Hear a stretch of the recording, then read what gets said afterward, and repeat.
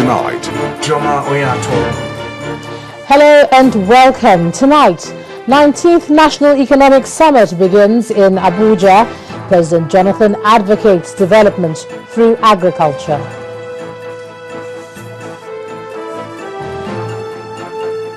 Another suit seeking nullification of the PDP Special Convention as Labour Party advocates return to Option A for voting system. Taraba State House of Assembly authorizes acting Governor Garba Umar to continue in office amid intrigue and power play. And President Barack Obama received backing from key U.S. political leaders for limited military action against Syria.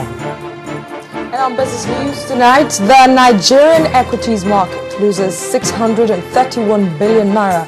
Experts say it's largely due to monetary tightening measures.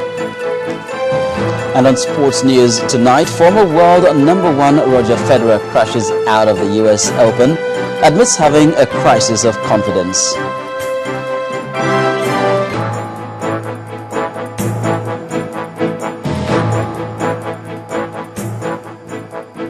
We start off tonight in Abuja, the nation's capital, venue of the 19th Nigeria Economic Summit, which kicked off in a big way today. Participants had one overriding concern: restructuring and transforming the growing agri-business. Many are optimistic about diversifying the nation's economy through agriculture, particularly the President, Dr. Goodluck Jonathan, who says that building institutions will sustain the policies of his administration. $2 billion to back the agricultural transformation agenda. The 19th Nigerian Economic Summit holding in Abuja is focusing on making agriculture a major driver of the economy. Organizers say it is possible to achieve success in agribusiness if government invests in infrastructure and properly finance the sector.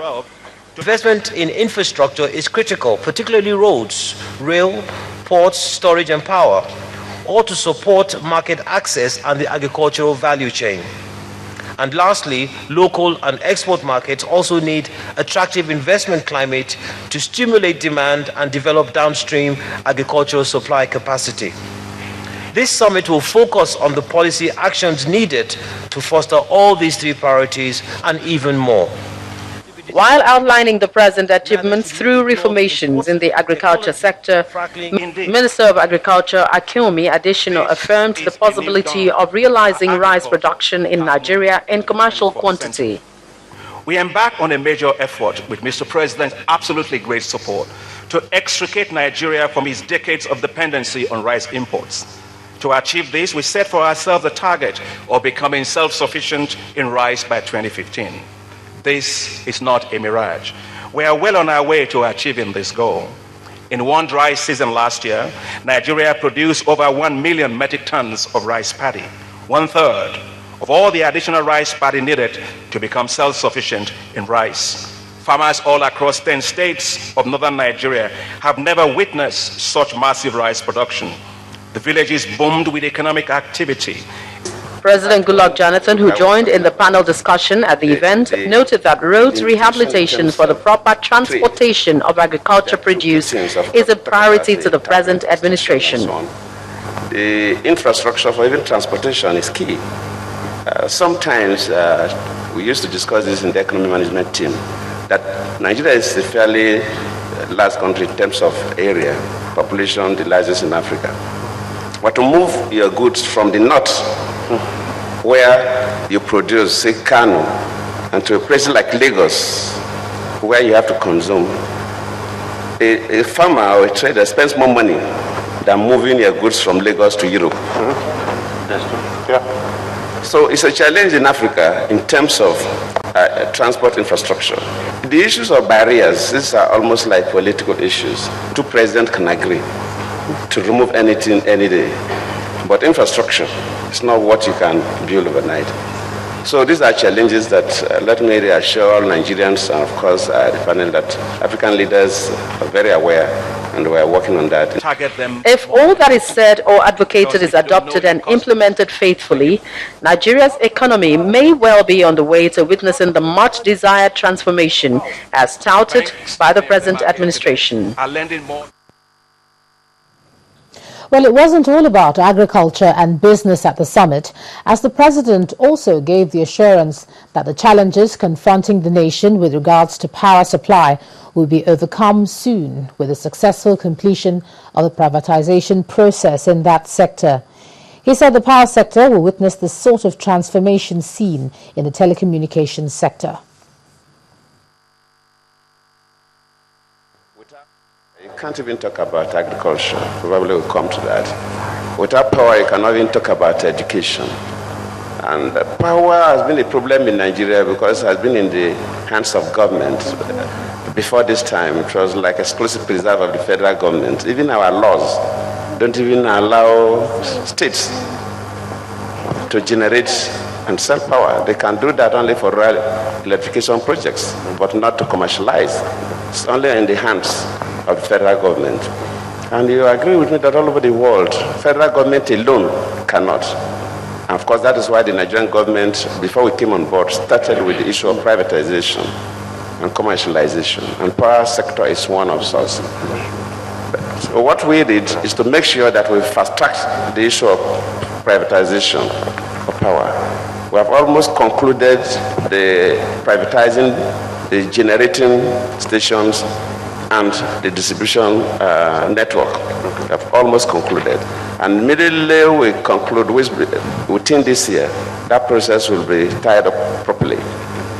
Power will take a life of its own, just like when Nigerians were suffering from telecommunication. And until it was privatized and private people came in to manage communication business, Nigeria moved from about 400,000 lines in 1999 that the civilian government came in to over 120 million lines. The same thing will soon happen to power. Nigeria's President Dr. Goodluck Jonathan at the summit there making his own promise for us to see improved power supply.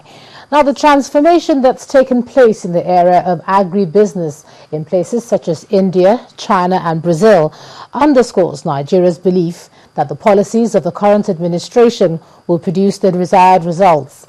Now, this is coming, and that's according to the Minister of National Planning, Dr. Shamsuddin Usman, who restated the administration's resolve to achieve its objectives in this regard. A lot of the process we went through, they even went through them longer. Brazil was struggling to get it right from the early 1900s. China was struggling to get it right from about 500 BC.